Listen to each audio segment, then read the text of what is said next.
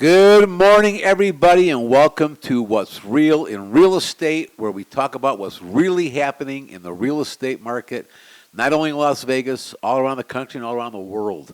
I'm Elie Morris with Signature Real Estate Group, and I'm excited to be with you guys today. We got a great guest. Our old buddy Tony Asquith is here. Tony, how you doing? Good morning, everyone. Talk close to the mic. Okay. Good morning, Elie. Well, That's pleased perfect. to be here. My pleasure. All right, great. We're going to take a few minutes to talk about the stats. There's not a lot to talk about. Look at. There's 3,421 single-family homes available. In the last 30 days, we sold 2,018. You don't have to be a mathematician to figure out we have less than 2 months supply, closer to a month and a half supply. So it's not getting any easier for buyers or realtors, but it is what it is. So we just have to make the best with what we have to work with, right? Yeah, agreed. It's not the easiest market, that's for sure, Elie. Is it a buyer's market? Is it a seller's market? Is it anybody's market? It's Or is it everybody's market? I think it's, I can't think of the site. One of the sites we belong to sent me an email just a couple of days ago claiming that we're now in a balanced market. Well, look at man, we know a balanced market, a real true balanced market is 6 months supply. We're nowhere near that. But before we get too far into this, let's take a minute and let everybody know who you are. Tony Asquith. I've been a loan officer here in Clark County for almost 20 years now. Previously, I was in the Northwest, where you want to talk about a market that's had appreciation. The Northwest has gone crazy. You're from Oregon. You came from Oregon, I lived right? in Oregon, yeah, for 20 years. And their market, there's issues with that. It's not quite as rosy as it sounds because the wages up there can't support the values. So that brings its own set of problems. Well, that's a problem here. It is. It's becoming more of a problem as our values rise. There's no question about that. But, yeah, been in the industry quite some time, seen the peaks and the troughs in the market here, and hopefully we're going to be on an upward swing again very soon. Yeah, it's weird, but yeah, right. I saw that in the state of Nevada. This is not just Las Vegas; the entire state. The average price is $434,000 plus average home. Yeah. Well, you need to make $111,000 a year to afford that home. Right. Now, there's not a lot of people making $111,000. No, and I honestly feel, certainly moving forward, if values continue in that way, that people are going to need to get more creative as to how they qualify for Right. homes. And I mean creative in the best sense of the word. Well, not creative is one thing, but we've seen this happen in the past. 2006, 7, 8, 9 is a great example. When we got creative and ended up all these homes ended up back in the bank. Look at it was fun for me. Back in 2006, 7, and 8, I was listing REOs. I had the time of my life. I mean, it was fun. Yeah. But I don't want to see that happen again. No. Well, just to elaborate on that a little bit, when I say creative, I can see us getting to a situation where we're going to have more and more borrowers being added onto loans so that people can qualify, given the higher values. Yeah. And I suspect that's been taking place in the higher valued market, maybe a California or a Hawaii for some time. Non-occupying co-borrowers, more and more of those. Because if they had good income, good credit, it gives you more buying power. Yeah. It means you can afford the higher value properties. Yeah, it really is crazy. But, you and I always talk rates. And I know rates are something that is just what people like to hear and talk about. And we all know that I was at a meeting yesterday, and they showed us some numbers over the last 50 years, the highs and the lows from 2% to 21%, with the average being 7.74, I believe. Right. Now, okay, I know that people think they have to wait for the rate. What's that you saying? Buy the... No, date the rate, buy the home, date the rate. There you go. And I'm sure people can figure out what's meant by that. The rate is something that's temporary. Yes. You may have that same rate for an extended period of time, but if you're buying a property right now, you'll probably be looking to refinance with it as soon as there's the first opportunity. I saw something, I read an article that if you, in 1993, if you decided I'm not going to buy until rates go down, you would have waited 23 years to buy. Or something like that. It was ridiculous. Crazy. It was a long time. So yeah, the the most important thing I think people need to understand is if you're, okay, 7%, 8%, that's so high. How about paying 100% with your rental? Correct. It's 100% interest. You get nothing for it. You end up with a stack of rent receipts, and that's Correct. it. Correct. Now, you and I had many conversations about this, not only with yourself, but with lots of other agents that I also am in contact with. In my opinion, too much is made of interest rates. Yeah. It really is. People should look at the transaction as the whole. And the real value in any transaction, to be quite honest, is the property itself. Yep. Too many people treat their home purchase as an investment, Correct. and that is the problem. And this really started 20 years ago, maybe even less. And, you know, you have to live somewhere. Treat it as, I have to pay something to somebody to go to sleep at night. Let's buy a house and build some equity, maybe refinance, maybe you'll never refinance. It still beats the heck out of renting. Correct. No, we can all crunch numbers, and I spend my time crunching numbers basically 24/7. But given the appreciation in values, that will by far exceed what might be considered a market or a reasonable rate as opposed to what people are paying now. Right. By far, the equity will exceed the additional payment from where rates were 2 or 3 years ago, 3-4%, to maybe at 7% where they are right now, by far. Exactly. And rents have gotten up a lot. So it's not like you can rent for less, you're renting for more. Correct. Or at least the same. Correct. And again, getting nothing for it, no benefits, no ownership. And what happens in 6 months or a year? It's happened in front of mine recently. They gave him 30 days notice. He'd been renting for 4 years. The guy decided his daughter's moving to town. He wants her to have the house. He had to go move. Yeah. And at Yes. his point in his life, it was the last thing he wanted. He was dreading it. And he ended up buying now because he does not want to go through this again. Yeah. So he's fortunate to have been able to make a purchase, and now hopefully he'll settle in for many, many years. Maybe we should encourage more homeowners to kick their tenants out, and then they'll come and buy. That's a good Maybe idea. that's what we need to Man, that's another problem, though. We talked about this yesterday. All these investors that are coming in, Right. they're not flipping them. They're renting them. Correct. That's correct. And that trend, I think, is going to continue, but I think that puts more of a strain on the market as well, Yep. given the low inventory that we have. Cash is king, as we know. Yep. And you're coming in with cash, that offer, if it's a very similar offer to anything else on the table that includes financing, they're going to get the thumbs up 9 Yeah. times out of 10. Absolutely, absolutely. Now look, you've got programs at Prosperity.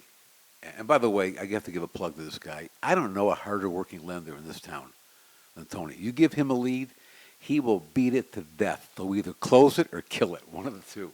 And I appreciate that, man. Well, that's very nice of you to say so. Just for the sake of the disclosure, I'm actually a full-time firefighter. That's what I tell people. Ah, Because okay. I'm Yeah. constantly putting out fires. You're always putting out fires, man. Part-time That's right. law officer, something like That's that. true. But I do appreciate the compliment. Now, we've done a lot of deals where we've used down payment assistance programs. Correct. Are they still viable like they were? Yeah, they are, yeah. The trend has been more recently that a lot of the programs, they've switched so that they're being added to a property as a second lien. Yeah. And there's no option to prepay those or pay those off over a period of time. Well, this is the one way, look at what a down payment assistance program is someone, typically, let's say U.S. Bank, that's one of the biggest, aren't they? They'll give you the money. They'll give you the money to use to put your down payment down, but they've got to get something in return. So Correct. you keep the loan for 3 years. It's tied to the property. Yeah. Until you would sell or refinance. Yeah. And if you Correct. sell early, let's say you sell in a year and a half or refinance in a year and a half, you owe half that. It's 136 is forgiven every month. It's actually 5 years. They Is it want 5 years now? on It's the- 5 years. Yeah. Okay, well, that's fine. Look if you don't have the money, by the way, what people also don't realize is they think it costs so much to get into a house. You know how much it costs to get into a rental? If you're looking at a $2,000 a month rental, $2,000 a month security deposit, and key fee, pet fee, this fee, that fee, you're looking at $5, $6 grand just to move into a rental. Where with the down payment assistance program, there's a good chance you might get into one with $500-600, $1,000. Yep. It's just, I don't know what it is, but people need to Yeah.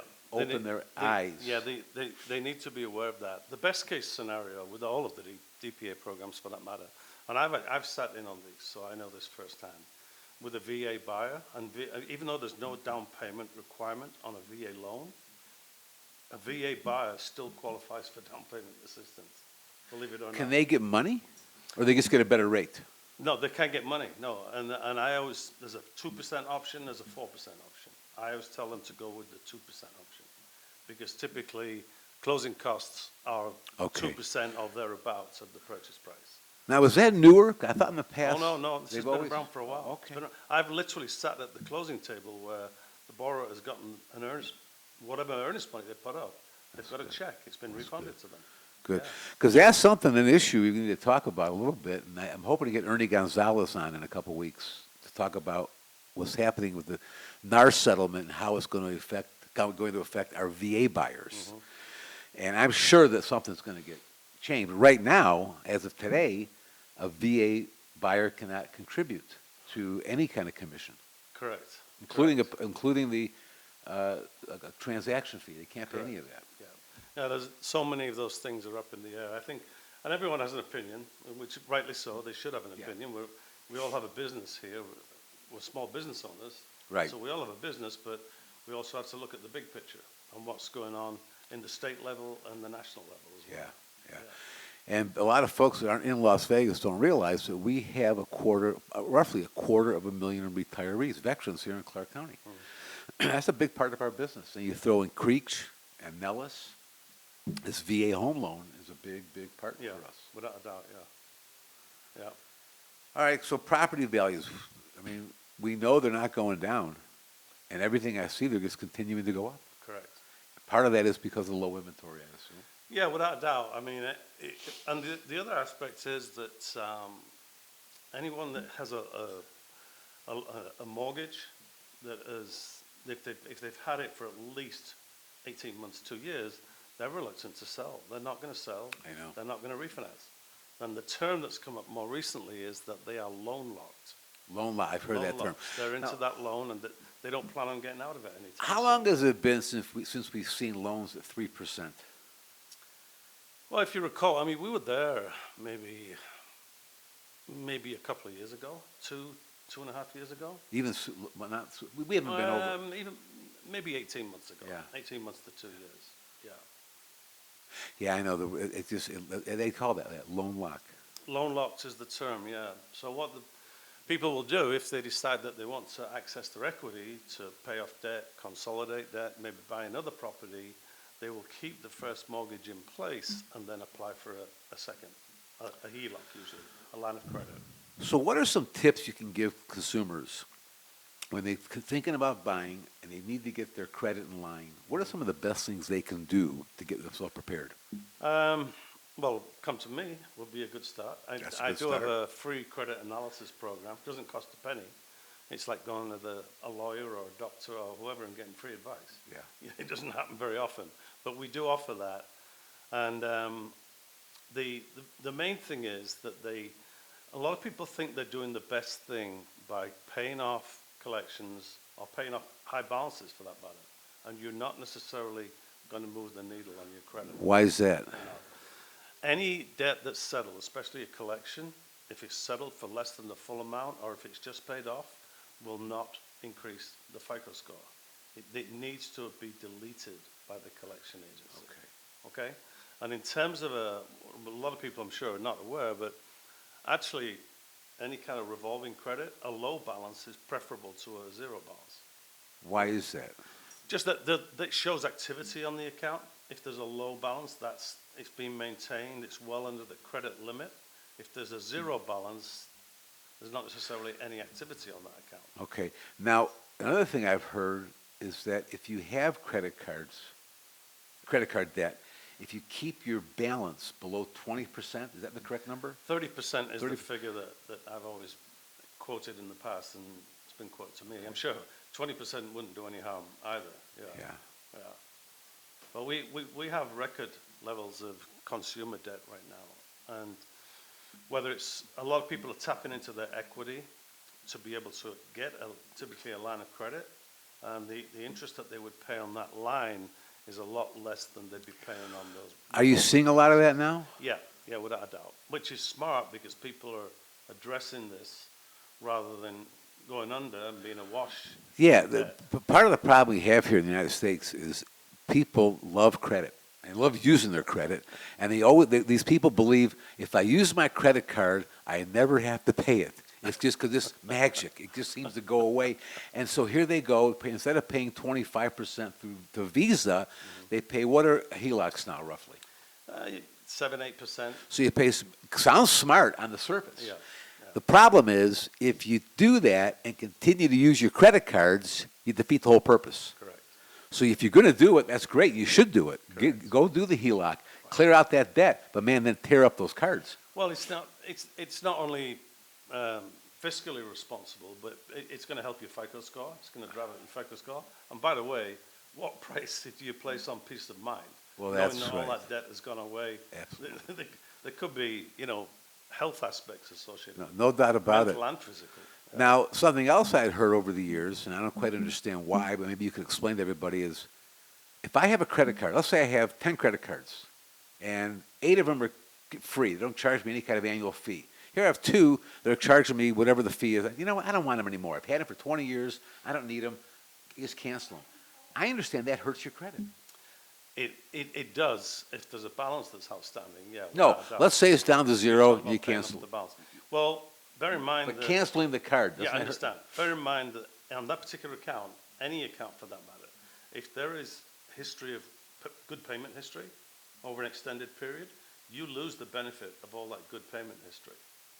Whether it's 6 months, 12 months, 24 months, moving forward. Yeah. All that is basically negated, and it's reflected in your FICO scores. Okay. It's going to drag them down. It is going to drag them down. Doesn't make sense to me.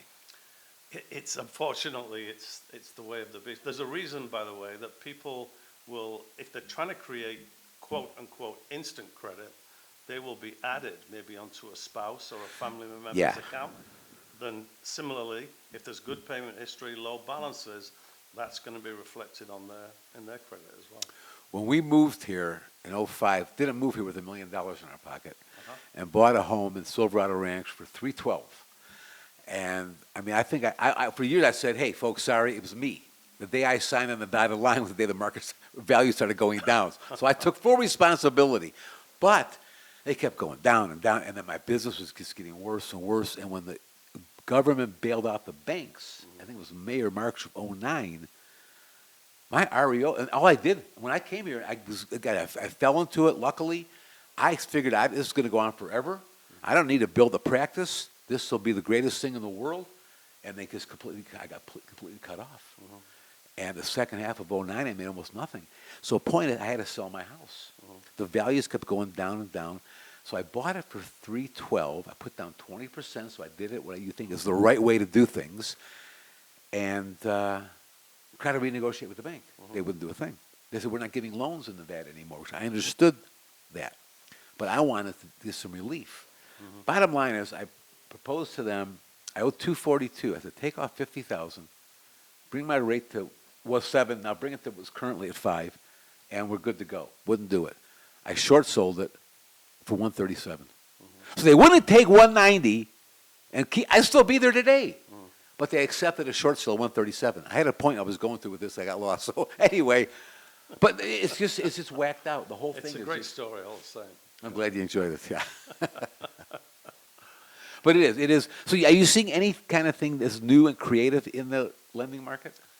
There are more and more programs that I shouldn't say more. A lot of the programs that are out there are being modified to try and attract new buyers. Okay, first-time home buyers.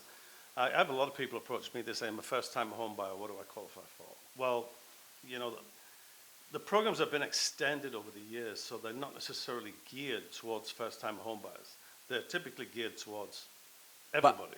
Right. So, a lot of the existing programs now, they're out there to catch there's a wider net. to catch as many buyers as possible. Well, you guys have a program of prosperity where a person can make an offer similar to cash. How does that work? It's similar to cash. It does take some time on those. But it gives the same results as a cash offer, correct, isn't it? Correct. And the buyer, the prospective buyer, has rights to that property. They've signed a contract, but they don't take ownership for that property for a certain period of time, an extended period of time, like a year. So how does that work? It's just, I've not closed one of those yet, I must have, but I know several people that have. The mortgage company, in this case it would be my company, carries the note for that period of time until the borrower is in a position to close on the deal. And then it would be a normal transaction, just like any other real estate purchase. But when they make an offer, are they making a cash offer or a financed offer? No, it's a financed offer because, again, my company would carry the note on that offer. Okay. So it would be a traditional down payment, just like any other offer, but they don't take possession for an extended period. Gotcha. The other question I have, because there was a lot of talk about this a few months ago, are you seeing a lot of assumptions? I've had some inquiries about assumptions. They're not the easiest to do because the seller has to, we have to plug the equity in an assumption, and that's not always easy. Now, if it's a VA buyer and they have full eligibility, in other words, they don't have an existing VA loan, that's an easier loan to get across the board. Okay? But a lot of assumptions, that's the issue that you have, is what price is the seller prepared to give up the loan, okay? And how do we plug that gap with the equity? Well, the other problem, I think, correct me if I'm wrong, is you have a $500,000 home. Let's use a VA. And they bought it 5 years ago. Then they bought it for $400,000. Put zero down, VA loan. Now it's worth $500,000. Yes, loan rate is, we'll say, 3%. I want to assume it since I'm a veteran. I'm not, but a veteran can assume it. They have to come up with that $100,000 difference, don't That's the thing. That's the issue in terms of the equity. Yeah. So it sounds much better on the surface than it really is. And by the way, if I had a $500,000 property now that was worth $400,000, whenever it was, 2-3 years ago, with a nice low interest rate, I'm not so sure that I would be letting that property go. No, and I know that. But I think the other thing people have to think about is, I know they love their rate, but maybe the kids are gone now. Maybe they don't need that 3,500 square foot home. Yeah, downside. And they have to think logically, why should I continue to maintain this 35 square foot home because my rate is 3%? How about selling the home, putting the equity in your pocket, go buy another home, buy down the rate, Yeah, true, and live in the kind of home you want to live in? true. I agree. Yeah, well, I don't know. It's kind of a messed up thing right now. I'm just hoping, and I don't see anything that's going to change inventory. No, It's just here for a long time. Not in the short term. I agree with you. And it's national. It's all over the country. Yeah. Now, one thing that I noticed new construction, new builders are doing is they're building a lot of spec homes. So you can go in and pick out that home, and maybe you can pick the carpet, maybe you can pick a color here or there, but for the most part, they're 75% done, and you get inside of them in 60, sometimes 90, sometimes less than that. Harmony Homes has a project over by Nellis, and I sold 3 of these, all to active duty. It's a great place for them to live 30 days. They don't release them till they're ready to close on them. Yeah, which is unusual because traditionally, when you're talking about new construction, you sign a contract 6 months or so before Right. the actual property Right. is complete. And a lot of these builders are giving out heavy incentives. Correct, and low interest rates. Lower interest rate, buying down the rate, closing costs, particularly with Harmony, they give you, if you're active duty, an extra $2,500 for being active duty. So yes, people are getting creative, and that's what we have. That's what you said in the beginning. Can we talk a little bit more about the interest rate thing? Go ahead. Just in terms of, we've discussed this, God knows how many times, ad nauseum it seems, but people are too wrapped up in interest rate, in my opinion, without a doubt. Agreed. And there are ways to affect that interest rate. So even though a 7% rate might not be appealing, you are eligible to receive, the buyer can buy down the rate. Yeah. You can get a buy down from the seller. Yeah. 3-2-1 buy down is the popular one that's out there right now. Or you can get a cash credit from the seller. Yeah. Okay? In addition, you can also receive gift funds Yep. from a family member. Those gift funds can be applied to buy down the rate. Yeah. So this is what I was saying in terms of being creative, in the best sense of the word. There's more than one way to skin a cat, as they say. Right. Correct. These are ways to, by the way, the key is not necessarily the interest rate that you're paying, but what is the overall cost of the loan? Exactly. That has a much bigger bearing rather than the monthly payment of the rate, driven Right. by the interest rate. Nope. No, I'm with you all the way. That's the truth. Well, listen, I'm glad you came by, man. We're running out of time now, but before you go, tell everybody how they can get hold of you.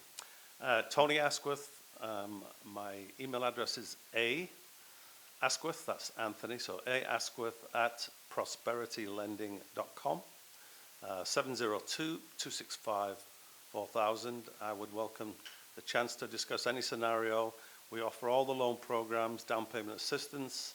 As I mentioned, there's a free credit analysis program, and we have broker relationships as well. So outside the box or niche type loans, we can also take care of those as well. All right, we're getting to the weekend, Tony. What are you doing? Anything going on? Watching golf, Auction golf. The Masters. sitting on the couch. The granddaddy of them all. All right, last question. What's your favorite restaurant in town? Oh boy, that's a very good question. Probably Grape Street. All right, that's a good one. That's a good one. Listen, folks, we're all done. Tony, thank you again. I sure It's my appreciate pleasure. it. It's good to see you. Everybody have a great, great weekend. Stay safe. Take care of each other. And Beta, thanks again. We'll see you all next week. Take care. Bye-bye.